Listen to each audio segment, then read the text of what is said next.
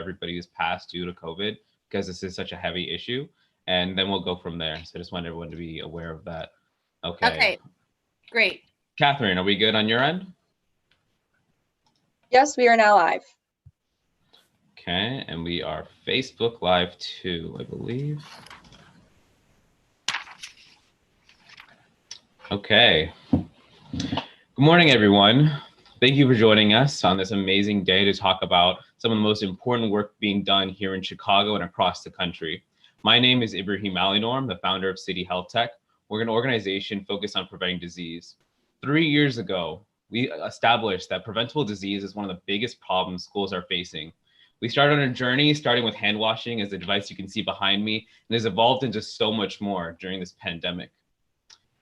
We'd like to start the day off with 30 seconds of moments of silence as we remember the 200,000 people who have lost their lives due to COVID. If you would join me in just from thinking about the families, the people that we're impacting, and also the amount of people who are out of school currently, and the amount of work to be done in the future.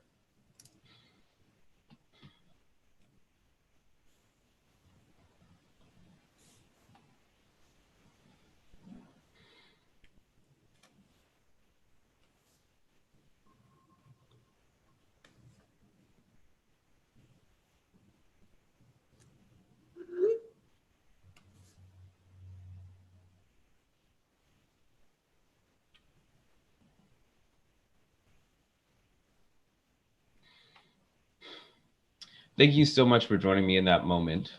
And as we kick off the event, we have our amazing moderator here in front of us, Professor Arani, who's a professor at Northwestern. She's an amazing mentor of mine. She is also a master's in music and master's of education, a renowned thought leader, innovator, and entrepreneur, a child development expert and master educator. She has created outstanding programs for children and family throughout her career, worked with numerous Chicago public schools for the last decade. Professor Arani has received numerous awards in her honor for her innovations, including a McCormick Fellowship for outstanding leadership in her field. She is in the faculty at both Northwestern University and the Lyric Opera of Chicago, as well as a close mentor of mine. And I'll give the event over to her as she presents our future panelists. Thank you. I'm honored to be with our esteemed panelists today. And I want to start by thanking you all for your important work that you're doing for children and families across the country, and for taking this time with us. We're going to start by, I will give the panel over to La Ravier to introduce some of the problems that we're facing, and then I will go into introductions of each of our panelists and discussing their important work and how they are meeting this moment and some of the important questions and answers we're looking at in terms of how to safely or more safely open the public schools and the private schools. Thank you. All right, it's on me? It's on you. All right, good morning, beautiful people. Thank you, President. I am about to share my screen. Does everyone see a screen that says the context for COVID-19? Yes, yes, thank you. All right, so I am not the medical expert here, and so I would imagine when the questions start rolling in, they're not going to be for me, but I can provide some context for recent history and for principal concerns in Chicago public schools in relationship to reopening. And I think there are quite a few questions embedded in that context that can get us going. And so I'll get right to it. So, and when schools closed back in March and April, principals were confronted with the following policy. At least one administrator must report to school unless sick or caring for a sick dependent, that should say. After some advocacy, that policy was changed to, we ask that you continue to report to work unless you are ill or medically vulnerable, or caring for a dependent who is ill or medically vulnerable. The idea, you had to be actually sick to not report for work in Chicago public schools until we raised, until we made a lot of noise. We tried to get the governor involved, and CPS finally changed it. All of that took place within the context of these survey results. We asked administrators, are you in a COVID-19 high-risk group? 25% said yes. Do you live with or provide care to someone in the COVID-19 high-risk group? 45% said yes. Now, when these two overlap, the total of people who were either high risk themselves or were caring for someone who was in a high risk category was 54%. And so when you look at that and the report to work requirement on top of that, it becomes very problematic. So this is the district that we're dealing with in Chicago, because they did not take this into account at all, did not ask, and it wasn't until we forced the question that they changed the policy. Here's an example of something that went on in April. A 66-year-old principal with diabetes and a heart condition was compelled to pass out computers to hundreds of families. This happened in a zip code where 1 out of every 150 residents had contracted the virus. That was back in April. There was no mask requirement, either for the principal or the people coming to get the computers. No training. She had no staff to help her, and no security to manage the people coming in and out of her building, no process whatsoever. Here's a quote. "I've never felt more dispensable in my entire professional life. It feels like CPS truly doesn't care if I get sick." In a survey, we asked if they were provided with the following supplies. Masks, 97% said no. Gloves, 91% said no. Hand sanitizer, 78% said no. And a follow-up survey later in the summer, we asked the following questions. It was an agree-disagree scale. CPS provided me with sufficient guidance and support on how to make reopening work successfully. Only 11% agreed with that statement, between those who strongly agreed and those who agreed. 11%. In contrast, 74% disagreed, and 15% could not agree with it. Our school has the necessary square footage needed for appropriate social distancing in every classroom. This was when they introduced the hybrid model where half the kids would show up, so 12 to 15 kids in every classroom. And again, only 27% said that they had the appropriate square footage for social distancing. We have the staffing needed to reopen schools safely. Only 12% could agree with that statement. And again, 75% said no. The policies, this is one of the most controversial, and I'd love to get you guys' feedback on this one. The policies and protocols for the care room are clear, manageable, and achievable. This is a room where if a kid was sick or exhibiting symptoms, they would have the kid or kids in this room. And this room needed to be staffed, and principals were extremely concerned about how do we staff this? What is this room? What are the protocols? What are this?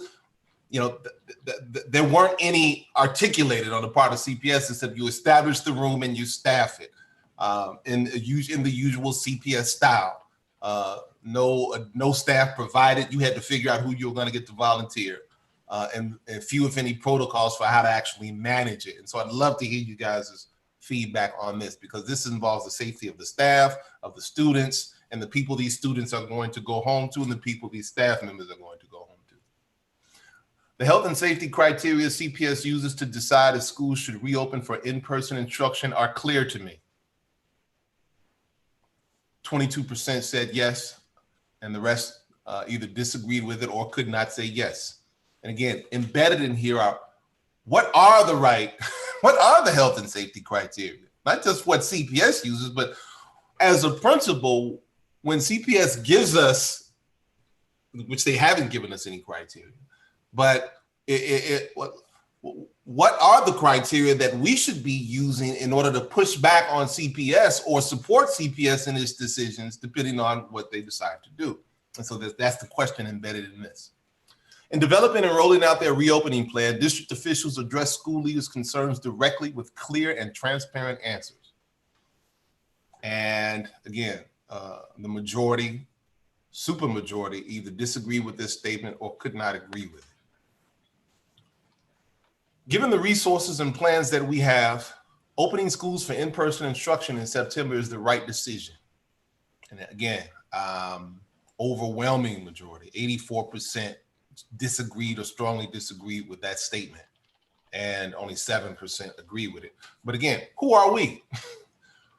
We're just educators. Like, what criteria are we using to, like, based on what principals know, their gut, this is where they are right now, right? Given the resources and plans that we have, that it doesn't seem as we should open schools right now.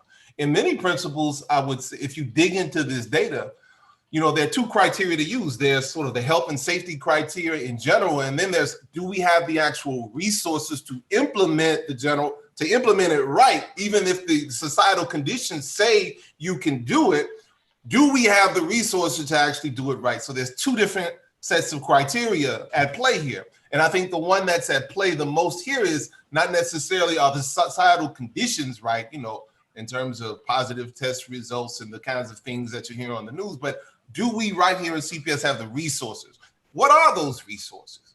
You know, that's a question embedded here for the panel that I think principals would love to hear an answer to. Because in CPS, you don't get, at least back in the fall, I hear they're getting a little bit better with actually providing some of the material resources, but we absolutely do not get the staffing resources, any additional staffing resources. If anything, we're going to have fewer staffing resources because of people who are going to be out on FMLA. And so what are the additional staff needed? What percentages can we look at to say, you know, this looks like you can implement reopening safely in a hybrid model or a full model? I think I want to just pause for a second, President Ravier, and say, first of all, I'm so grateful to you for the work that you've done over the course of your career advocating for principals and teachers and students. And there is a parallel process. If we do not support our principals and teachers in feeling and knowing the data, in feeling secure, it is absurd to expect people to be under that level of stress and be able to then further support our students. And I think I'm aware of Dr. Oster's research looking at the different data, what different schools are doing, looking at from a data-driven standpoint, what is happening, and the lack of equity in terms of what is happening with some schools and versus other schools versus private schools versus public schools.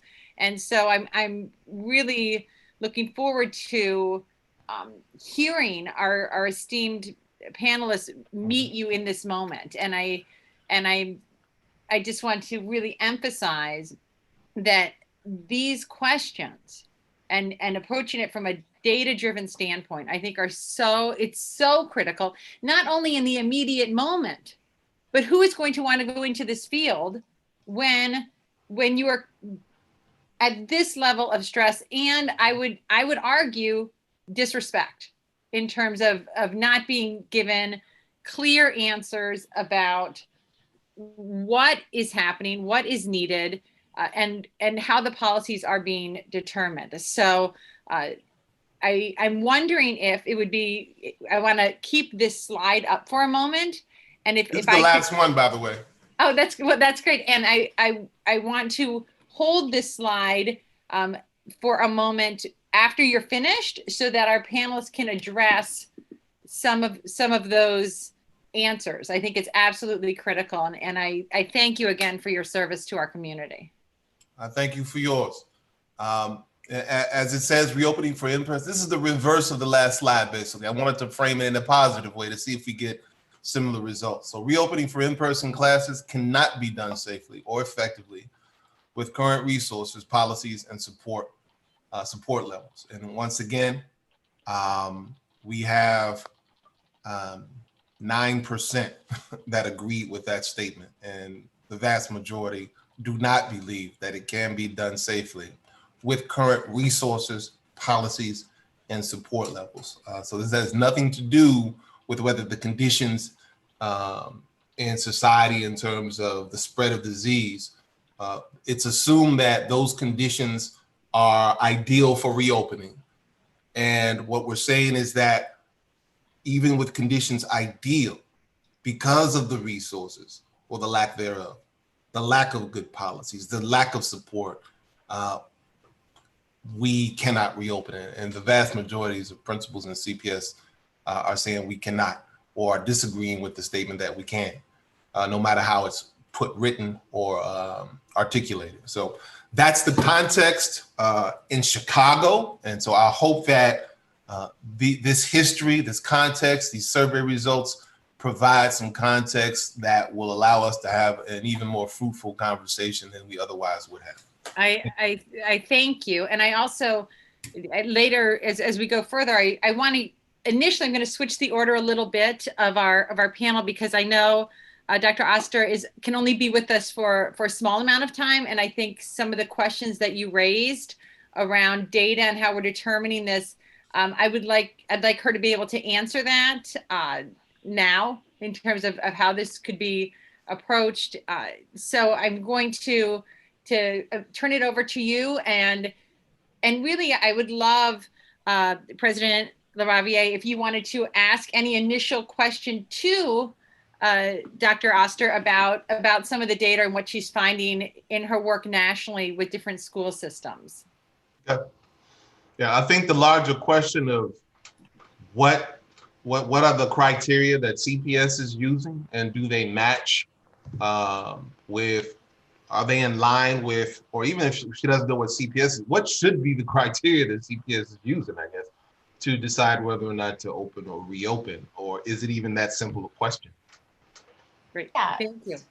So thanks, first of all, thanks, that was incredibly, you obviously, data is really helpful to give some context. And I think that one of the things that comes out here, that's come out as we've sort of talked with school administrators through these projects throughout the country, is this feeling of sort of lack of support. And that, you know, there's limited resources. There's a need for just having a better understanding of like what is expected and how you could possibly achieve that. So, you know, my sister-in-law is an assistant principal in New York and works with special ed kids, and she's got the same kind of questions around like, how can you've told me I need to achieve these things. I don't have the space to achieve these things. You know, I don't have the staffing. You're changing what you're asking me every 5 minutes. Like, I don't know how to achieve that. So I think that piece of it really resonates very, very broadly. So I wanted to say a little bit, and I actually want to put up some data to look at. But basically, I've been working with the team to try to actually collect some data on COVID in schools. And I think the approach that we took, which is a little different from some of these approaches which sort of count cases or use kind of like parents reporting, is that we actually start with the schools. So we partnered with a bunch of Association of School Superintendents, the Principals Associations, a bunch of others, to actually start by asking schools, hey, how are you opening? Are you opening hybrid? Are you opening remote? Are you opening in person? How many kids do you have in the classroom? How many staff do you have? Are you using masks? Are you distancing? And so sort of getting a bunch of that context so we can sort of see what's going on. And then we're following up and we're asking them about COVID cases. So at the moment, the data is limited in size, although it is literally growing every day. But we're covering about 350,000 kids, of whom about 100,000 of them are in school, doing in-person school on an average day.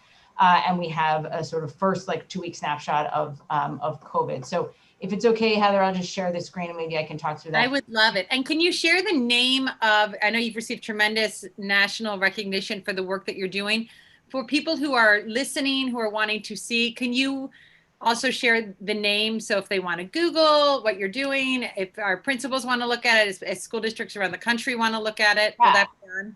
Great. Yeah, so this is so it's the COVID school dashboard. So if you go to covidsschooldashboard.com, you can that'll give you sort of a landing page with enrollment and all that kind of stuff, and then it will link you to this dashboard, which is sort of all of the data in Qualtrics.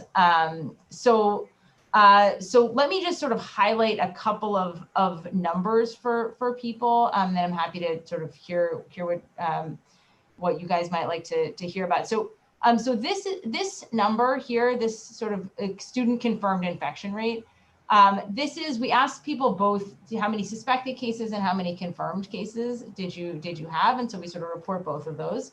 So this says in these first 2 weeks, among the about 105,000 in-person students we have, The confirmed infection rate was about a bit under 0.1%. Suspected is about twice that, maybe 3 times that.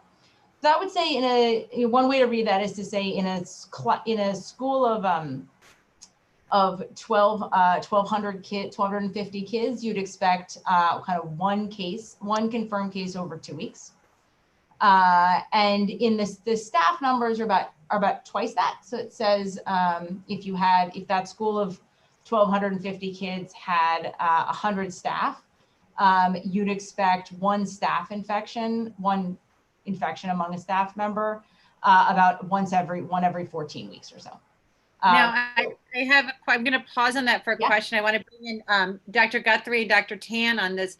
How is that affected by some of the policies around how far apart, like as President LaRaviere said about how far apart students are, the staffing needs? Are you seeing, a strong discrepancy in your data among, city schools, rural schools? Can you give me a sense of that? And if Dr. Tan or Dr. Guthrie have any questions for you, please, I'm going to encourage you to jump in also. Thank you. Sure. So let me just say one more thing, and I'm happy to. So there's various ways you can filter this. So for example, if you want to filter to only the district public schools or filter out the private schools here, you can do that, and it will change the numbers. So the numbers are much lower in private schools than in the district public schools, although most of our data is in the public schools, and that's growing more quickly. And we can also see the mitigation strategies people are undertaking, so masking and so on. And then you can kind of filter those by the same thing. So I think one thing that is notable is if you look in these private the private independent schools, they're almost all reporting masking way at much higher rates than the district public schools are. So those are the kinds of things I think we're hoping to learn more about as the data set grows. We'll be able to sort of you'll be able to actually play around. You can actually play with the data yourself. There's a way to analyze it using statistical stuff. But this is kind of this is where we're trying to start and build a framework. And we're continuing enrollment in this project. So we're asking people to enroll their schools and tell us what's going on, and then we will sort of keep following up. So let me pause there and see if. So I want to bring in Dr. Guthrie. Could you talk a little bit about your tremendous work that you have done and how you are meeting this moment, and how what you would say to President LaRaviere and our incredible educators about some of the questions and things that as an epidemiologist about and global health expert about how we should be looking at this moment, as what questions should we be asking, how in these tremendously difficult decisions and times, can you help us with what should we be advocating for, asking, and looking at as educators and leaders? Thanks.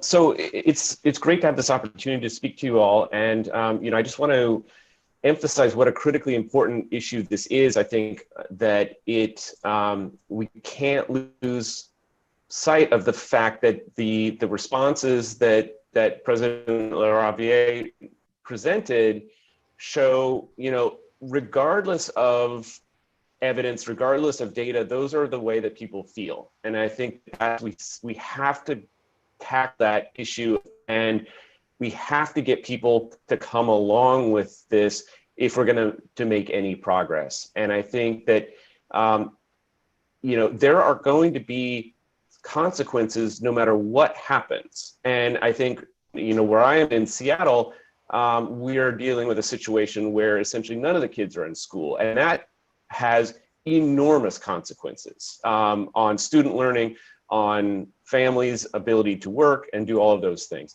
I've been working on a project since the beginning of May, where we put out a daily digest of all of the new published and preprint literature related to COVID-19 and SARS-CoV-2.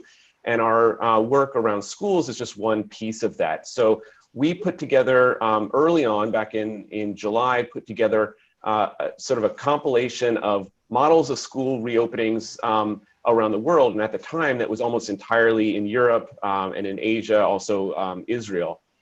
And that provided some information about some of the building blocks. And I think that that's where some of this, the models for reopening have come from. Most of those happen in a context with very little community transmission going on.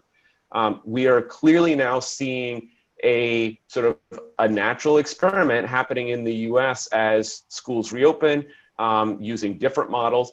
And I think that the data that Dr. Oster is collecting is going to be critically important to answering these questions. What works, what doesn't work? We're going to need to see some time trends. We're going to need to be able to do those comparisons, like head-to-head comparisons. This is, we're working with observational data. Epidemiologists, we are trained to deal with imperfect observational data and try to piece out, what is the true causal associations and what are associations that we're observing because the data are messy. And we're going to be in a time going forward that we are going to have to make decisions on the fly without perfect data. We do know some things with a reasonable degree of certainty. We know that kids can get infected. We know that kids can have severe disease. We think it's pretty reasonable to think that kids, especially younger kids, are less likely to get infected, less likely to transmit, and very much less likely to have severe illness. We know that kids can transmit to each other. So we have well-documented cases of school-based transmission in Israel.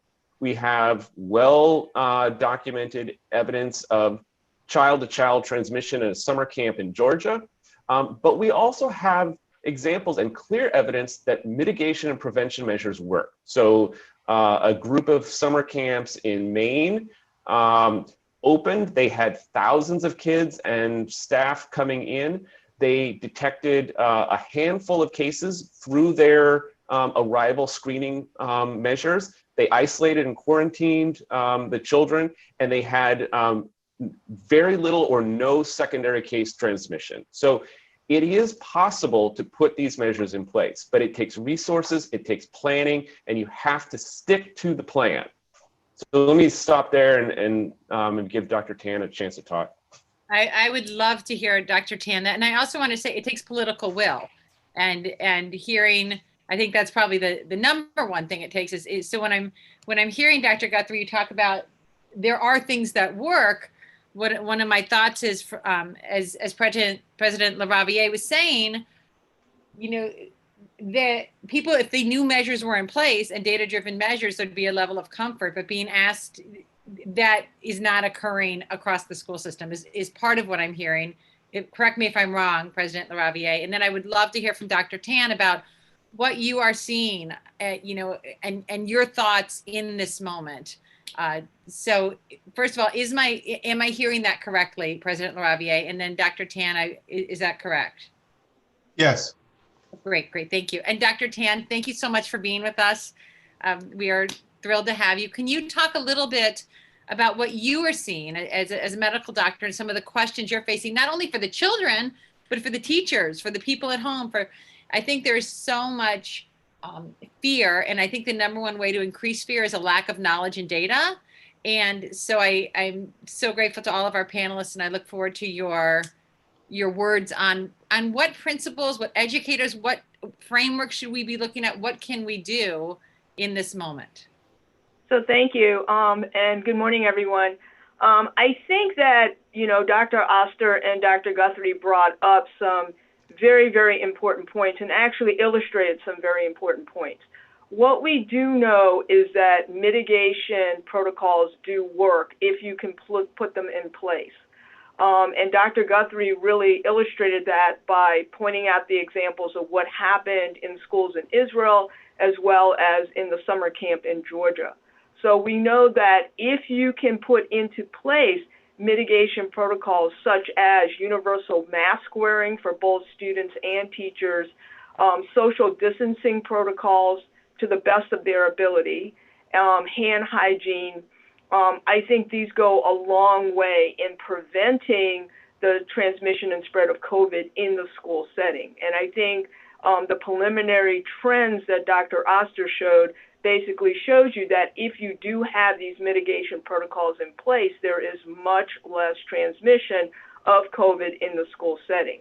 One other thing that was pointed out was that basically it's really important to follow the trends of COVID transmission in the community, because we know that if you have high rates of transmission in the community, not a good idea to have kids go back to school in person, because you're just increasing the risk to both the children and the teachers of contracting COVID.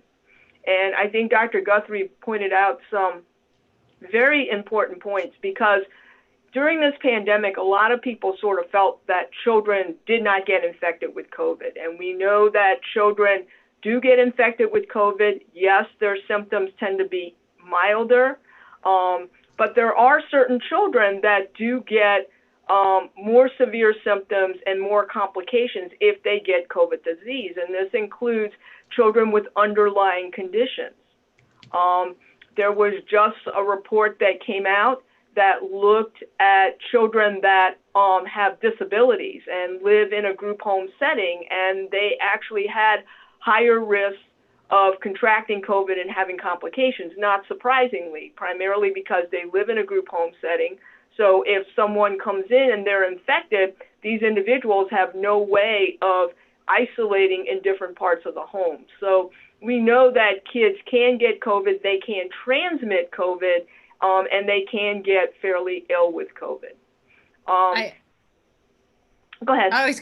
I think President LaRaviere had a question for you on the transmission rates. Would you mind asking that directly about what is considered high transmission rates? Right. So, I mean, you just asked the question. She mentioned that it's not a good idea to send kids to school in places where there's a high transmission rate. And so I thought, like, what's the range? What's the safe range? What's the unsafe range? Right. So I think there's been a number of numbers that have been thrown out. You know, the two numbers that get used a lot are 25 per 100,000 and 75 per 100,000 population. And I think that's based on some modeling data. You know, they are best guesses. The other piece is the testing positivity rate. And that's really a marker of two things. It's a marker of how many cases you have in the community, and it's a marker of how much testing you're doing.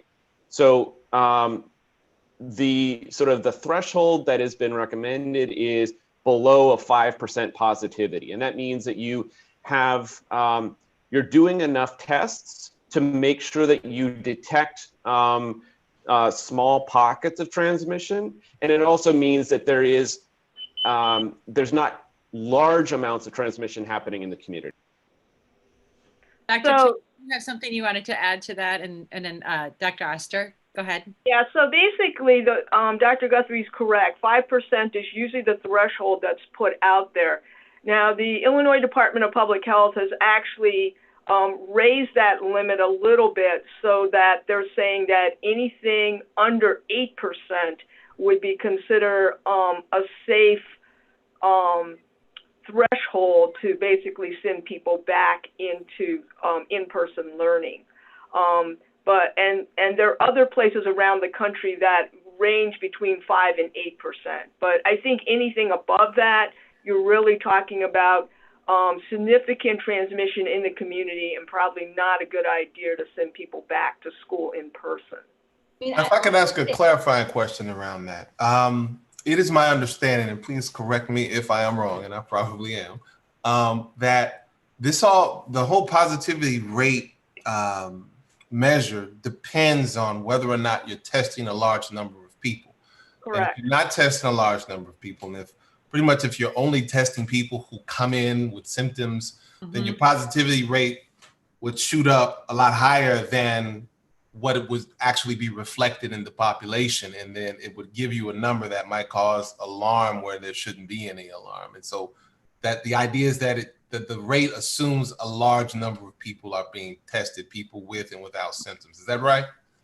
That is correct. Now, there still is a recommendation that if somebody is asymptomatic and they do not have a history of significant exposure to someone that's positive for COVID, that they not be tested. But you are correct. The positivity rate is going to depend upon whether or not there is adequate testing being done in the community, so that it's a more accurate reflection of what is actually occurring in the community. So, but then my next question would be, how do we determine that whether or not there's an adequate amount of testing being done, or is that something that's just kind of assumed based on things you guys know already? I mean, the positivity rate actually kind of takes that over, right? Because if you're not doing enough tests, as you said, you're probably just testing the people who are symptomatic and clearly are ill, and that's a sign that you're not doing enough tests. Right. And so it actually is.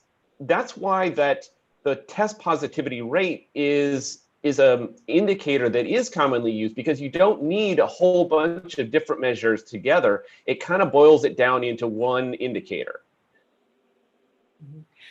Dr. Oster, I know that you need to leave in about 4 minutes, so I want to give you a chance to answer this, and also to thank you again for being with us and working with our incredible Chicago educators and principals.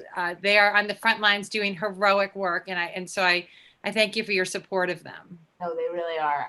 Yeah, I will just say, I think that that these, I like Brandon, I think something in the space of the 5% positivity rate is, certainly what I hear.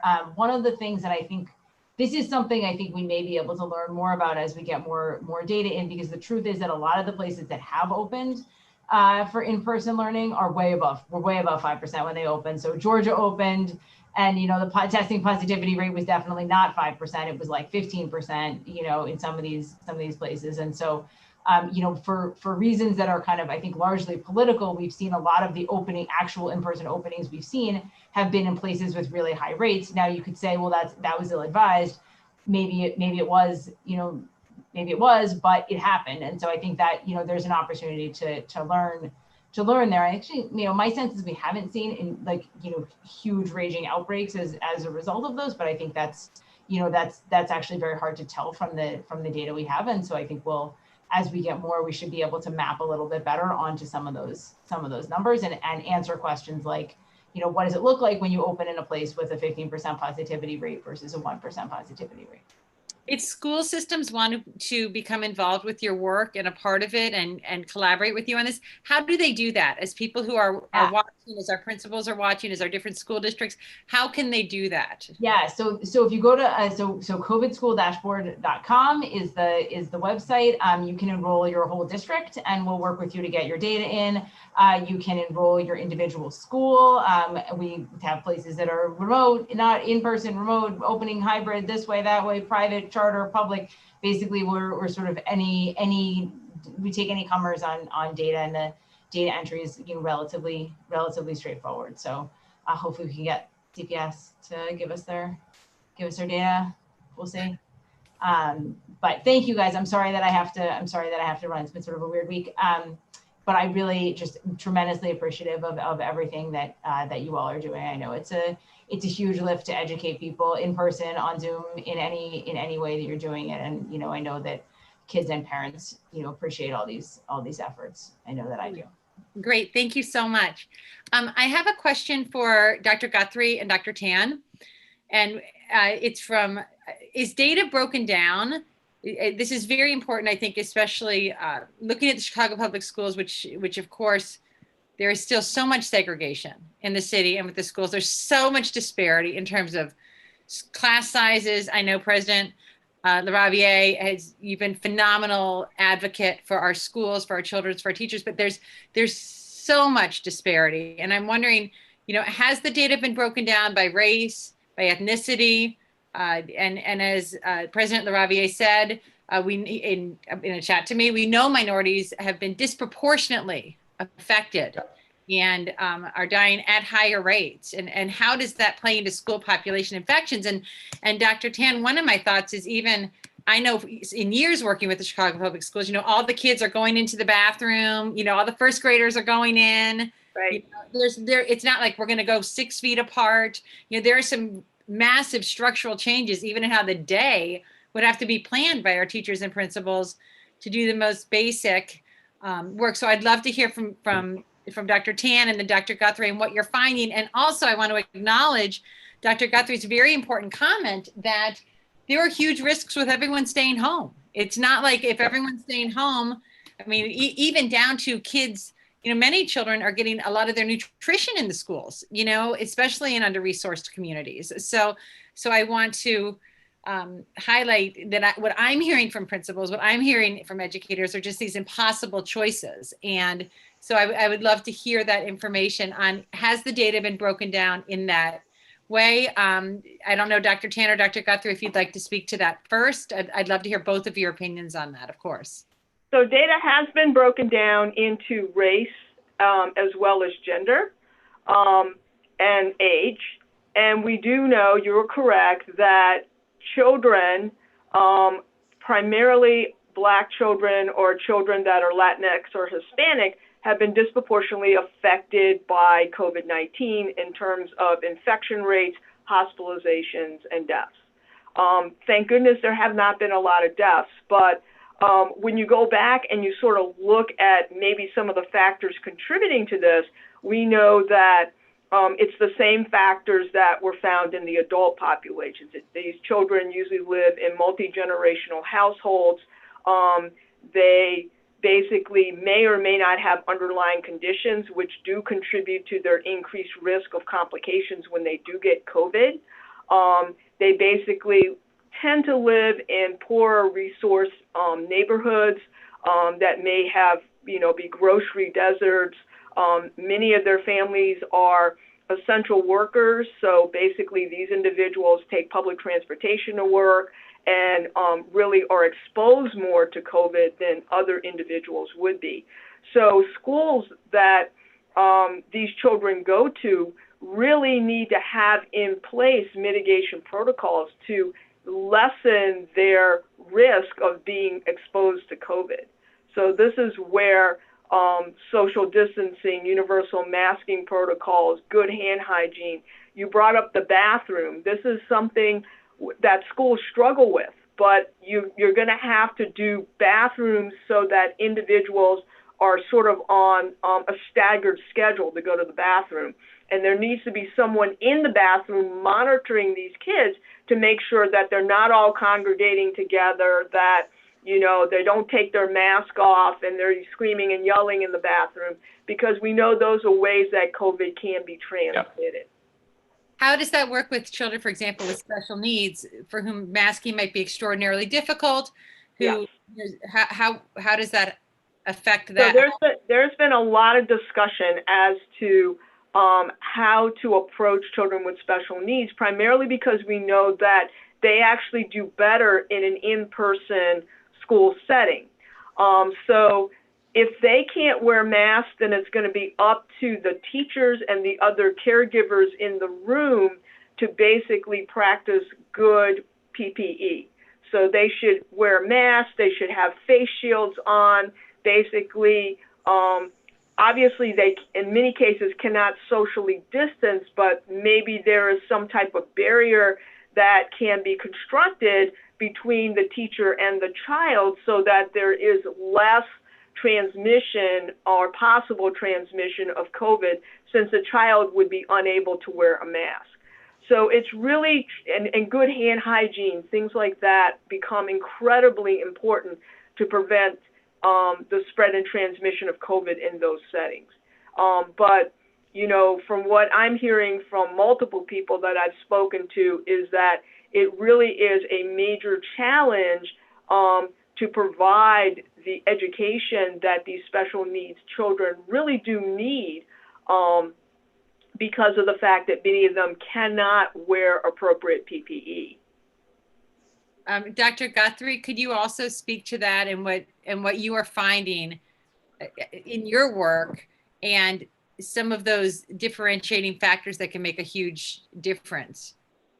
Yeah, I think what Dr. Tan said is absolutely correct about the disparities that we are observing. They're very well documented at this point. We still need to dig more into the root causes of what is driving that, but it really is around exposure due to being more likely to be essential workers, less likely to have the ability to take time off and be at home isolated, and then the susceptibility to severe disease around the comorbidities is a driver there.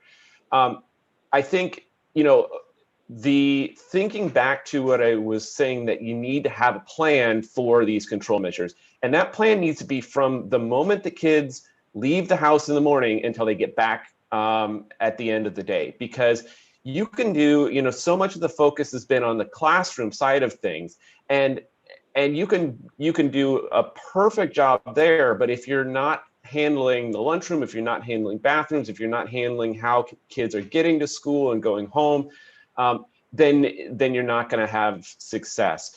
I do think that we are in a situation where if we are going to get kids back in the classroom, the perfect can't be the enemy of the good, right? So I think that we're seeing two models developing here. We're getting the model of kids need to be back in school, just throw them back in school and we'll sort it out.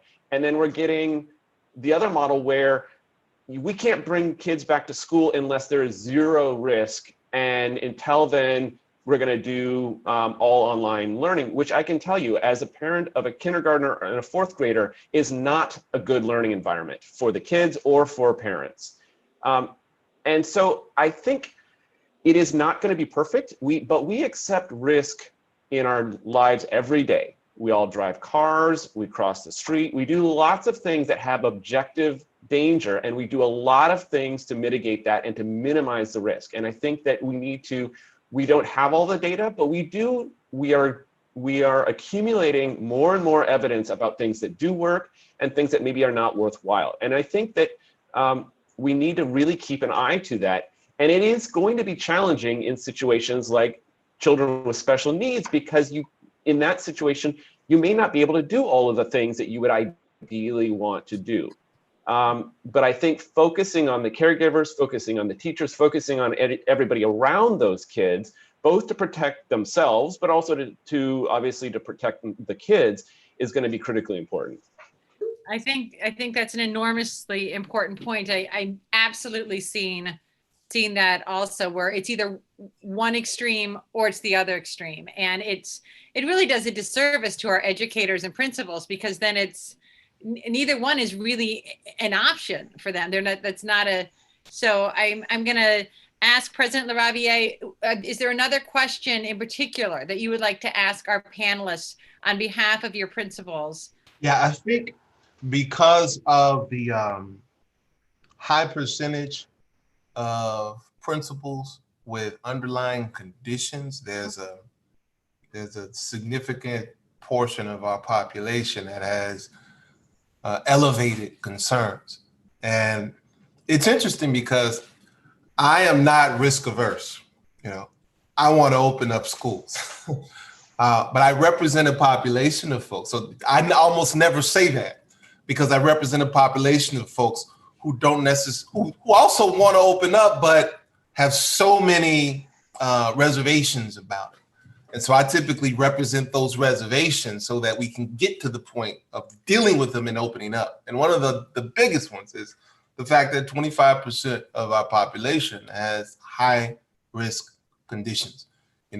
There's two things to say about that. Like, what in the world is going on in CPS where the stress level is so large that 25% of our principals have these high risk conditions? I'd love to have a conversation about that. This might be separate from what we're talking about now.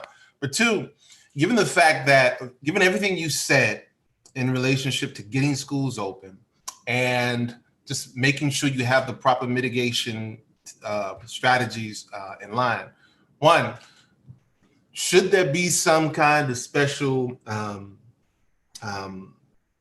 criteria or circumstances or things that the district allows these principals with these conditions to do within the larger context? Do you think just the regular mitigation strategies are fine for them? How do we address their specific concerns, or do you think they're already addressed within just the idea of just doing good mitigation? That really is a great question, and I think it's multifactorial. So, you know, as Dr. Guthrie pointed out, nothing is without risk, right? You go to the grocery store, you're getting exposed to people that potentially could have COVID. Mm-hmm. You're walking on the street, you're riding the bus, you know, whatever you're doing, you are potentially being exposed to individuals with COVID. I think individuals that have higher risk conditions that would basically put them at risk for complications from COVID probably need to take additional precautions when they're in the school setting, okay? So in addition to universal mask wearing, social distancing, good hand hygiene, you know, it may be that they put a face shield on also when they're going to visit the different classrooms. You know, it may be that they don't participate in certain gatherings of kids or classrooms where there are a lot of kids being there. Maybe they, you know, primarily it's been recommended that kids don't go to the lunchroom. Basically, you eat at your desk to prevent mixing of kids as they walk down the hall, as they're in a certain area, to decrease the potential spread of COVID that way. So maybe, you know, the person doesn't go to those classrooms where there are a lot of kids that are there because you cannot completely socially distance them. It's basically trying to take additional protective protocols to prevent these individuals from being potentially exposed to someone with COVID. And from my perspective as an advocate for these principles, yeah. So I hear those recommendations through the lens of what the principals are supposed to do, which is often what the district likes to do, what you're supposed. But then there's what the district is supposed to do, or policies the district is supposed to or should implement in relationship to the need for these principals to have these kinds of, to be able to take these extra measures. And so I was just wondering what that sounds like from the district's responsibility in providing a policy environment or an environment flexible enough, or an environment, you know, so for example, you could say that the principal should wear a face shield, or you can say the district needs to ensure that face shields are provided for such principals. And there's many other ways to look at that in terms of what the district needs to be doing to ensure that those individuals who are susceptible get the protection that they need. No, I agree. I mean, I think that you have a sizable portion of individuals that are considered to be at higher risk. And I really think that it's the responsibility of the school district to basically create a protocol that addresses this. And as Dr. Guthrie brought up, a lot of these protocols should be in place before the kids go into in-person learning. Yeah. And go ahead. Yeah, I can't stress enough this importance of not just the physical distancing, and I really use the term physical distancing as opposed to social distancing, because it's physical distancing that matters. Right. And you do need to have that as much as possible within a group. But the next step is that partitioning groups of kids and teachers and administrators so they don't mix and mingle between the groups, right? It is much easier to stop widespread transmission if you don't have these overlapping groups. And we saw that, so the school outbreak in Israel has been used as a really clear example of what's wrong. There is some really helpful data in there, which is that within that school, kids that were in different wings of the school had very different infection rates, right? So the kids who were in the wing that didn't have the index case had, 1% or 2% were positive, whereas the kids that were in the grades in the wings that did have the index case, you had 30 or 40% positivity rate. And then even within the classrooms in those grades, it was the classrooms with the index cases that had the high count, and the other classrooms had much lower counts. So it doesn't mean that if you throw school is going to be infected, if you respond quickly and if you prevent sort of these overlapping groups intermixing with each other. And if principals typically go and visit classrooms, and that's a big part of what their day-to-day responsibilities are, that may need to get curtailed. There are ways to get a lot of the benefit from that, whether it be, you have a Zoom call in the class and you use a webcam rather than going in person. Those are relatively easy, relatively straightforward fixes. And so I think you should be thinking at every step during the day, do I need to be interacting physically in close proximity with these other people? And if you don't, then you don't do it. Dr. Guthrie, is there a place where principals can go to see your work and see some of the findings around what you have learned through your research about mitigation, factors and what we can do to reduce risk? Where can people go? Yeah, so we can, our daily report is archived. I can put the link in the chat here or send it to you.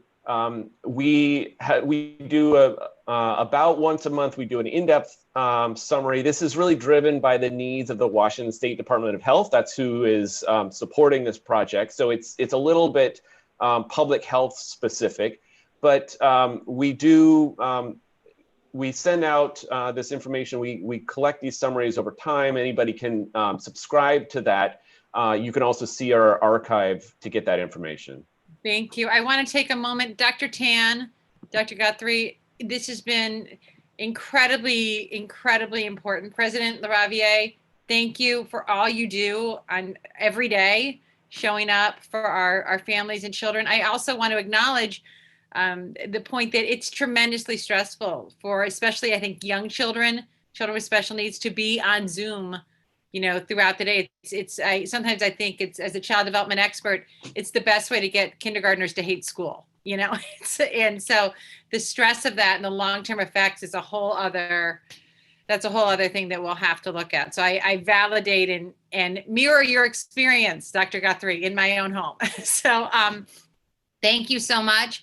Thank you, Ibrahim, for your leadership, for your innovation, for the work that you are doing on the front lines at City Health Tech in this incredibly important moment, helping our children to move forward. It is no surprise that you are a Gates Scholar. So Thank you so much, Heather, and thank you so much for moderating the chat. This has been definitely a fruitful discussion, and I think a lot of things have been highlighted, specifically for more events as well, for similar things like this.